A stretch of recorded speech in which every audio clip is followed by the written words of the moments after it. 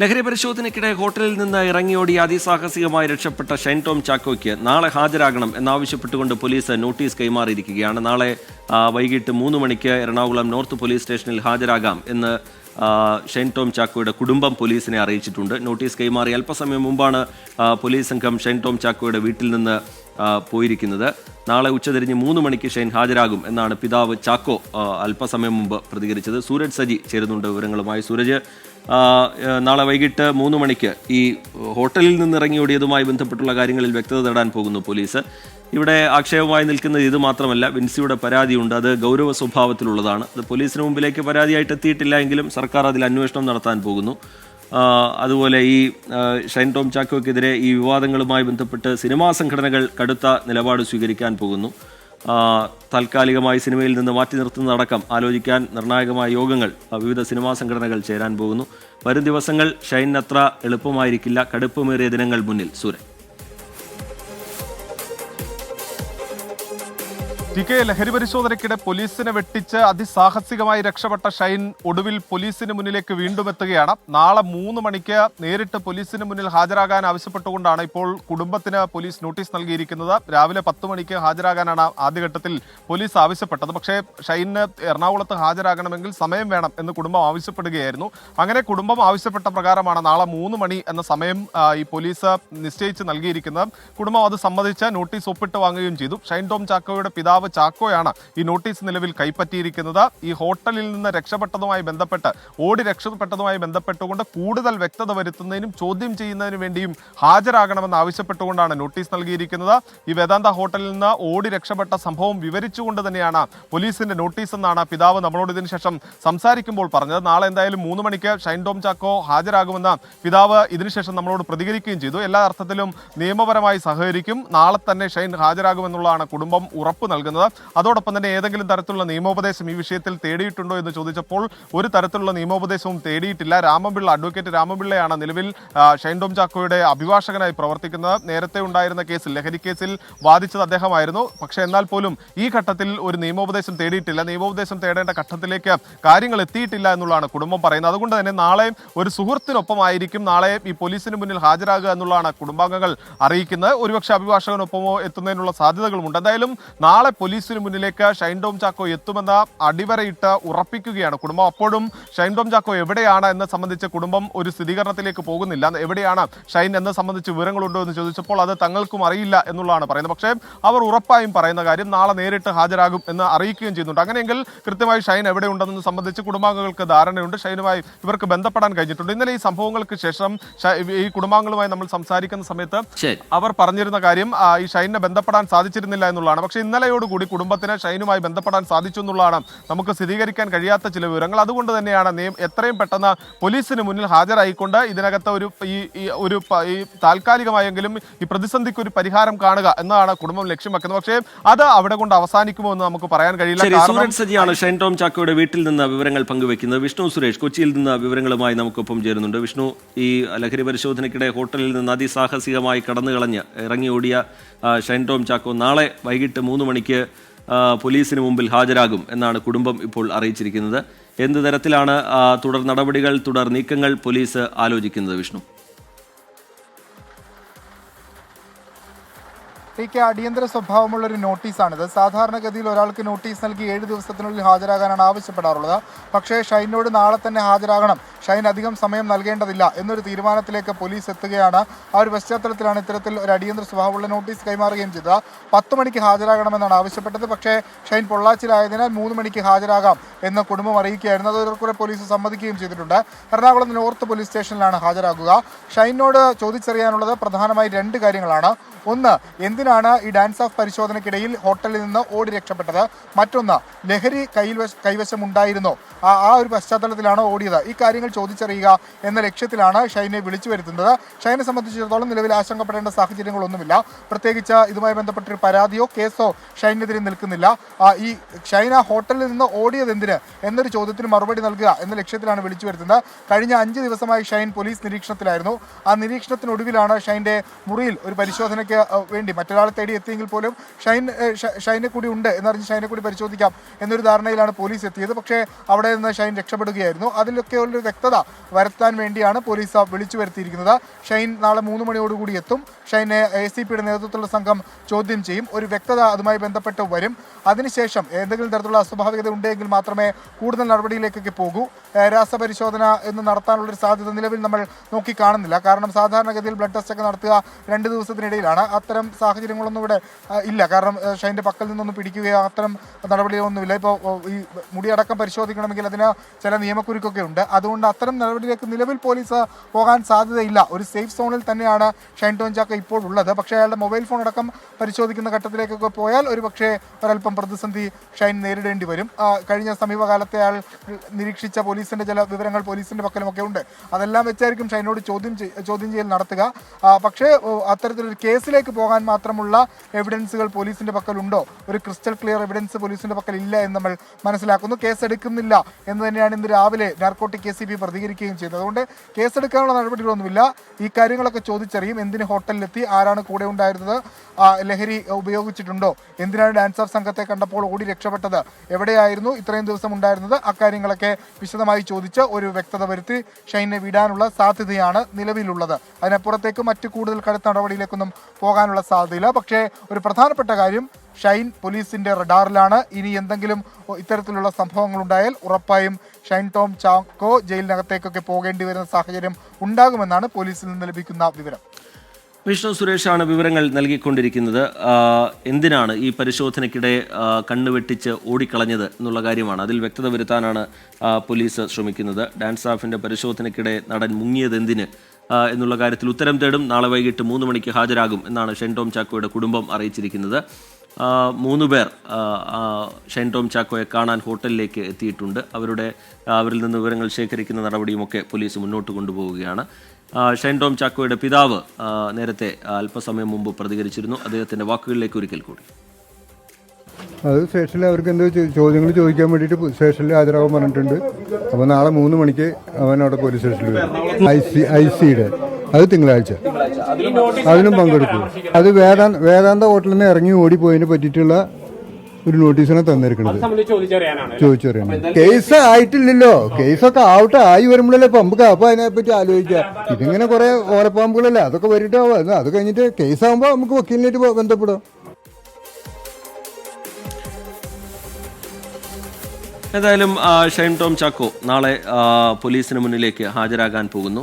നിലവിൽ സംസ്ഥാനത്തിന് പുറത്താണുള്ളത് എന്നാണ് പോലീസിനെ അറിയിച്ചിരിക്കുന്നത്. അതുകൊണ്ട് രാവിലെ 10 മണിക്ക് ഹാജരാകണം എന്നുള്ള പോലീസിൻ്റെ നിർദ്ദേശം അത് വൈകിട്ട് 3 മണിക്ക് ഹാജരാകാം എന്ന മറുപടി ഷൈൻ ടോം ചാക്കോയുമായി ബന്ധപ്പെട്ടവർ നൽകുകയായിരുന്നു, കുടുംബം നൽകുകയായിരുന്നു. അത് പോലീസ് ഇപ്പോൾ അംഗീകരിച്ചു കഴിഞ്ഞിട്ടുണ്ട്. 3 മണിക്ക് ഷൈൻ ടോം ചാക്കോ പോലീസിന് മുന്നിലേക്ക് എത്തും.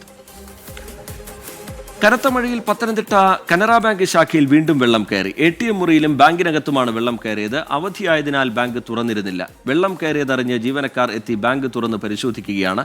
AV ജയശങ്കർ തയ്യാറാക്കിയ റിപ്പോർട്ടിലേക്കാണ് പൊതുജനം കഴുതിയല്ല സാർ എന്ന പരിപാടി ഇനി കടക്കുന്നത്.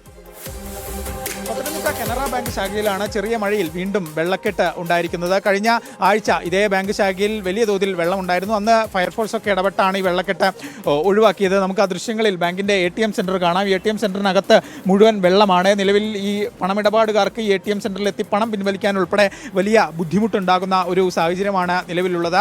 ഈ ബാങ്ക് ശാഖ ഇന്ന് പ്രവർത്തിക്കുന്നില്ല, അവധി ദിവസമാണ് നേരത്തെ സൂചിപ്പിച്ചതുപോലെ. പക്ഷേ ഈ വെള്ളം കയറി എന്ന വാർത്ത ഇല്ലെങ്കിൽ വിവരം അറിഞ്ഞതിന് പിന്നാലെ ബാങ്ക് ജീവനക്കാരെത്തി ബാങ്ക് തുറന്ന് നിലവിൽ പരിശോധിക്കുന്നുണ്ട്. ബാങ്കിനുള്ളിൽ ചെറിയ തോതിൽ വെള്ളക്കെട്ടുണ്ട്. മുൻപ് കഴിഞ്ഞ ആഴ്ച കയറി അത്ര വെള്ളമില്ലെങ്കിൽ പോലും ബാങ്കിൻ്റെ ഗ്രൗണ്ട് ലെവലിൽ തന്നെ വലിയ തോതിൽ വെള്ളം നിൽക്കുന്നൊരു സാഹചര്യമാണുള്ളത്.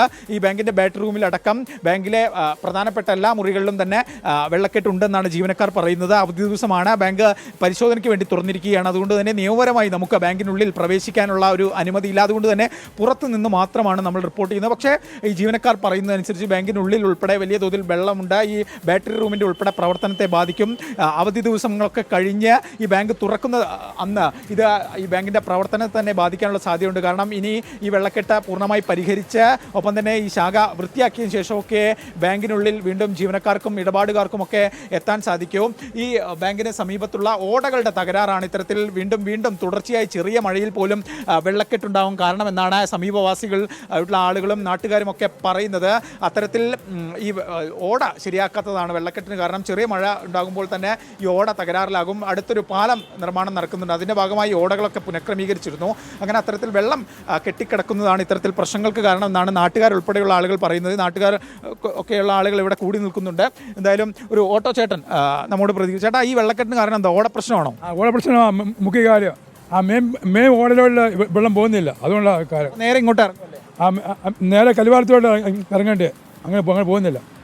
ഓക്കെ, എന്തായാലും ഒരു നാട്ടുകാരനായ ആളാണ് ഇതിൽ പ്രതികരണം നടത്തിയിരിക്കുന്നത്. ജീവനക്കാർ ഇവിടെയുണ്ട്, പക്ഷേ അവരോട് നമ്മൾ പ്രതികരണം ചോദിച്ചു. പക്ഷേ ഔദ്യോഗികമായി അവർക്ക് പ്രതികരിക്കാനുള്ള ഒരു അനുമതി ഇതുവരെ ലഭിച്ചിട്ടില്ല. അവധി ദിവസമാണ്, അവർ ബാങ്ക് തുറന്ന് പരിശോധിക്കുന്ന സാഹചര്യമാണ്. എന്തായാലും നാളെ തന്നെ ഈ വെള്ളക്കെട്ട് ഉള്ളിലെ വെള്ളം മാറ്റി പ്രശ്നപരിഹാരം കാണാനുള്ള ശ്രമം ഉണ്ടാകുമെന്നാണ് അവരുടെ ഭാഗത്ത് പറയുന്നത്. ഈ പ്രശ്നം പരിഹരിച്ചില്ലെങ്കിൽ ബാങ്ക് അവധിയൊക്കെ കഴിഞ്ഞ് തുറക്കുമ്പോൾ ഇടപാട് നടത്തുന്നതിന് വലിയ പ്രതിസന്ധി ഉണ്ടാകും. എന്തായാലും ഈ ചെറിയ മഴയിൽ പോലും ഈ കനറ ബാങ്കിൽ തുടർച്ചയായി വെള്ളം കയറുകയാണ്. ഈ ഓടകളുടെ പ്രശ്നം തന്നെയാണ് ഇതിന് കാരണമെന്നാണ് പ്രാഥമികമായി നിഗമനം. ഒരു ബാങ്കാണ്, ആ ബാങ്കിൻ്റെ ഇടപാടുകൾ വരും. അങ്ങനെ ഇടപാടുകൾ വരുമ്പോൾ ഇത്തരത്തിൽ നിരന്തരം വെള്ളക്കെട്ടുണ്ടാകുമ്പോൾ ബാങ്കിനെ സംബന്ധിച്ച് വലിയ ബാധ്യത ഉണ്ടാകുന്ന കാര്യമാണ്. ബാങ്കിലെ വലിയ നാശനഷ്ടങ്ങൾക്ക് ഉൾപ്പെടെ കാരണമാകും. എന്തായാലും നഗരസഭയും ബന്ധപ്പെട്ട അധികാരികളും ഈ ബാങ്ക് നേരിടുന്ന പ്രശ്നത്തിന് ഒരു പരിഹാരം കാണുക തന്നെ വേണം. ക്യാമറമാൻ സഞ്ജയ് ഇക്ബാലിനൊപ്പം AV ജയശങ്കർ, 24 പത്തനംതിട്ട. ചെറിയ മഴ പെയ്താൽ പോലും ബാങ്കിനകത്തേക്ക് വെള്ളം കയറുന്ന സാഹചര്യമാണ് എന്ന് നാട്ടുകാർ, അവിടെയുള്ള പ്രദേശവാസികളൊക്കെ പറയുന്നുണ്ട്. സമീപത്തുള്ള ഓടയാണ് വില്ലൻ എന്നാണ് അവർ വിശദീകരിക്കുന്നത്. എന്തായാലും ഇന്ന് ബാങ്ക് അവധിയായിരുന്നു, അതുകൊണ്ട് അവിടെ വെള്ളം നീക്കുന്ന നടപടികളൊക്കെ നടക്കുന്നുണ്ട്. ഈ അവധിയൊക്കെ കഴിഞ്ഞ് സേവനത്തിനായി ആളുകൾ എത്തുന്നതിന് മുമ്പ് പ്രശ്നം പരിഹരിക്കാനുള്ള നീക്കമാണ് അവിടെ ഉണ്ടാവുന്നത്. AV ജയശങ്കർ തയ്യാറാക്കിയ റിപ്പോർട്ടാണ് നമ്മൾ കണ്ടത്. പൂക്കാട്ടുപടിയിൽ വീടിനുള്ളിൽ വൻ കഞ്ചാവ് ശേഖരം പിടികൂടി. 8 കിലോയോളം കഞ്ചാവാണ് എക്സൈസ് സ്പെഷ്യൽ സ്ക്വാഡ് പിടികൂടിയത്. കേസിൽ വെസ്റ്റ് ബംഗാൾ സ്വദേശി മിനറുലിനെ അറസ്റ്റ് ചെയ്തു.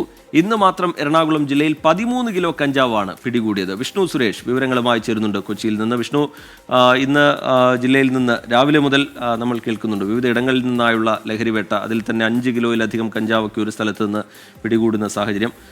ഇന്നത്തെ ലഹരിവേട്ട, അതിന്റെ വിശദാംശങ്ങൾ വിഷ്ണു.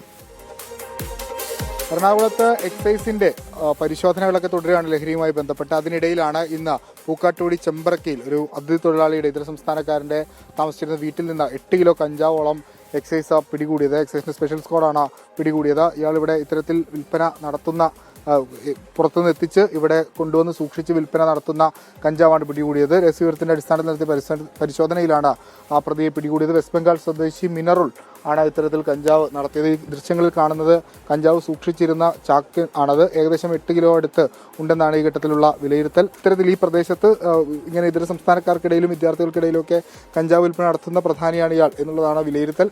കൂടുതൽ പരിശോധനകൾ ശക്തമാക്കാനാണ് എക്സൈസിന്റെ ഭാഗം. ഇന്ന് മാത്രം എറണാകുളം ജില്ലയിൽ എക്സൈസും പോലീസും ചേർന്ന് 13 കിലോ കഞ്ചാവോളമാണ് പിടികൂടിയിട്ടുള്ളത്.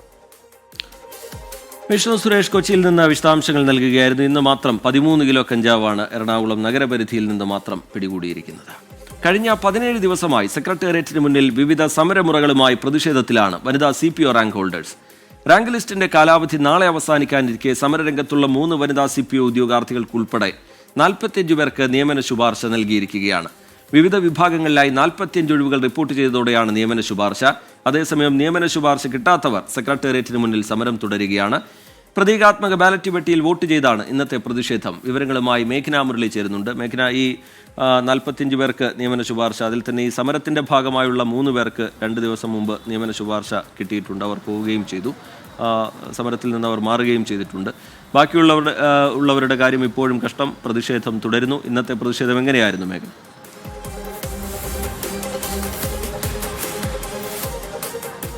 ശ്രീജിത്ത്, വനിതാ CPO റാങ്ക് ലിസ്റ്റിലുള്ള ഉദ്യോഗാർത്ഥികൾ ഇപ്പോഴും സെക്രട്ടേറിയറ്റിന് മുന്നിൽ സമരത്തിലാണ്.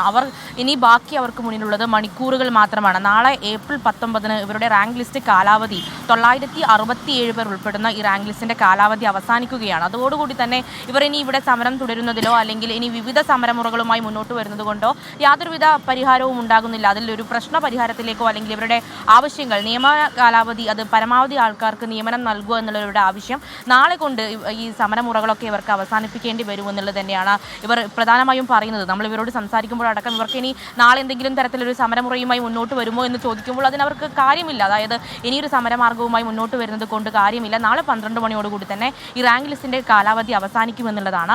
അതിൽ കഴിഞ്ഞ 17 ദിവസമായി ഇവർ ഇവിടെ സമരം ചെയ്യുന്നത്. പലതരത്തിലുള്ള ആളുകൾ, പല എണ്ണത്തിലുള്ള ഉദ്യോഗാർത്ഥികൾ ഇവിടെ വന്ന് സമരം ചെയ്യുന്നു. അത് പലതരത്തിൽ മുന്നേ സമരം ചെയ്ത് പരിചയമില്ലാത്ത 26 വയസ്സിൽ താഴെ മാത്രമുള്ള പെൺകുട്ടികളാണ്. അതുകൊണ്ട് അവർ പലതരത്തിലും സമരം ചെയ്യുന്നു. അത് പല സമരമുറകൾ നമ്മൾ കണ്ടു. പക്ഷേ അതിലൊന്നും സർക്കാർ അറിയുന്നില്ല. സർക്കാരിൻ്റെ ഭാഗം ഇപ്പോഴും എന്ന് പറയുന്നത് അത് പ്രായോഗികമല്ല. ഇത്രയും ആൾക്കാർക്ക് ഈ ഒരു നിയമനം നൽകുക എന്ന് പറയുന്നത് പ്രായോഗികമല്ല. ഇന്ന് 45 പേർക്ക് ഒരു അഡ്വൈസ് മെമ്മോ വരികയും അതിൽ 3 പേരാണ് ഈ സമരരംഗത്ത് ഉണ്ടായിരുന്നവരായിട്ട് ഇപ്പോൾ നിയമന ശുപാർശ ലഭിക്കുകയും ചെയ്തിട്ടുള്ളത്. എന്തായാലും ഇവർ നാളെ മാധ്യമങ്ങളെ കാണുമെന്ന് നമ്മളോട് അറിയിച്ചിട്ടുണ്ട്. അതിനപ്പുറത്തേക്ക് ഇവർ ഇനിയൊരു സമരം ചെയ്യുന്നത് കൊണ്ടോ സമരത്തിലേക്ക് അല്ലെങ്കിൽ ഇനിയൊരു സമരമുറ പരീക്ഷിക്കുന്നതിൽ കാര്യമില്ല. അത് കഴിഞ്ഞ ദിവസങ്ങളിലൊക്കെ പലതരത്തിലുള്ള സമരങ്ങൾ, അത് ഒരു സഹന സമരം എന്ന രീതിയിൽ തന്നെ നമ്മൾ കണ്ടതാണ്. പക്ഷേ അതിലൊന്നും ഫലമില്ലാതാകുന്നു. ഒരു ഒറ്റം ആശയറ്റ, പ്രതീക്ഷയറ്റ വിദ്യാർത്ഥികളെ അല്ലെങ്കിൽ ഉദ്യോഗാർത്ഥികളെയാണ് നമുക്കിന്ന് ഈ സെക്രട്ടേറിയറ്റിന് മുന്നിൽ കാണാനാകുന്നത്. മേഘ്ന മുരളി വിവരങ്ങൾ നൽകുകയായിരുന്നു.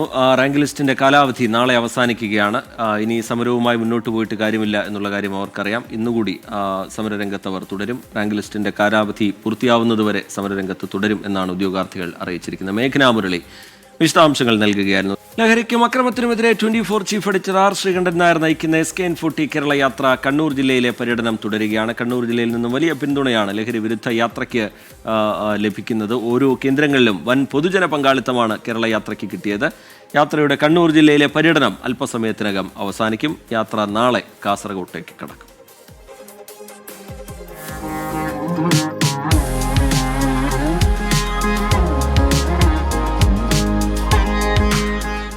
പറശ്ശിനിക്കടവ് മുത്തപ്പൻ ക്ഷേത്രത്തിൽ നിന്ന് ആരംഭിച്ച മോർണിംഗ് ഷോയിൽ നിരവധി അമ്മമാരും പങ്കാളികളായി.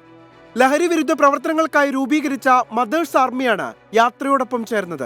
പ്രകൃതി ദുരന്തത്തെ പോലെ തന്നെ പ്രളയം എല്ലാത്തിനും ഏറ്റവും ആഫ്റ്റർ എഫക്റ്റ് അമ്മമാരിലാണ്. നമ്മൾ കണ്ടു അമ്മമാർ സ്റ്റേഷനിലേക്ക് പോകുന്ന അമ്മമാർ ഈ ലഹരി കേസിൽ കുട്ടികൾ.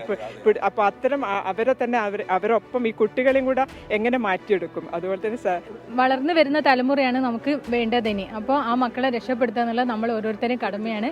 മക്കൾ നല്ല നിലയിലെത്തട്ടെ.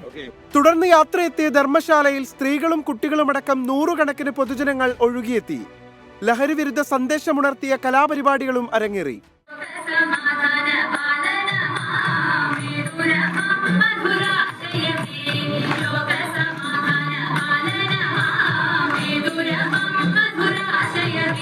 ചെറുതാഴം സെന്ററിൽ നടന്ന പരിപാടി ലഹരി വ്യാപനത്തിനെതിരെയുള്ള താക്കീതായി.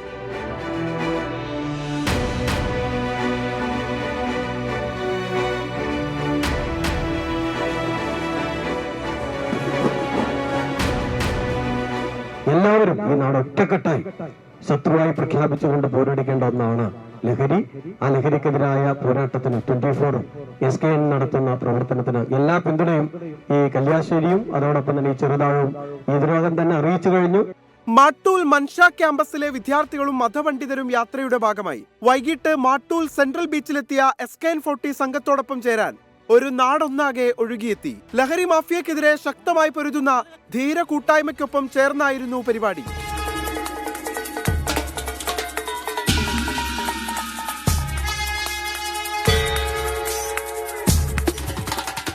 നൂറ് ശതമാനവും രക്തം കിരിയുന്ന ആത്മാർത്ഥതയിൽ ഞങ്ങൾ പറയുന്നു.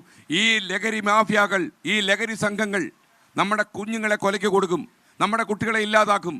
നമ്മുടെ അണുകുടുംബത്തിൽ 1 2 കുഞ്ഞുങ്ങളുള്ള നമ്മുടെ കുടുംബത്തിൻ്റെ തായ് വേര് അറുത്തു വീഴ്ത്താനുള്ള ഈ ഭീകര സംഘങ്ങളെ അവൻ്റെ നാരായ പേര് പിഴുതെടുക്കുന്നത് വരെ ഈ സമര പരിപാടികളുമായി ഞങ്ങൾ മുന്നോട്ട് പോകും. കണ്ണൂർ ജില്ലയിലെ ഇന്നത്തെ പര്യടനത്തിന് ശേഷം SKN40 കേരള യാത്ര നാളെ കാസർഗോഡ് ജില്ലയിൽ പ്രവേശിക്കും. 24 കണ്ണൂർ. ഇനി ഇന്നത്തെ സ്വർണ്ണവില നോക്കാം. ഇന്നത്തെ സ്വർണ്ണനിരക്ക് സമർപ്പിക്കുന്നത് സ്പർശ ഗോൾഡ് ആൻഡ് ഡയമണ്ട്സ്. ഡിജിറ്റലാകൂ ഇനി സ്പർശയോടൊപ്പം.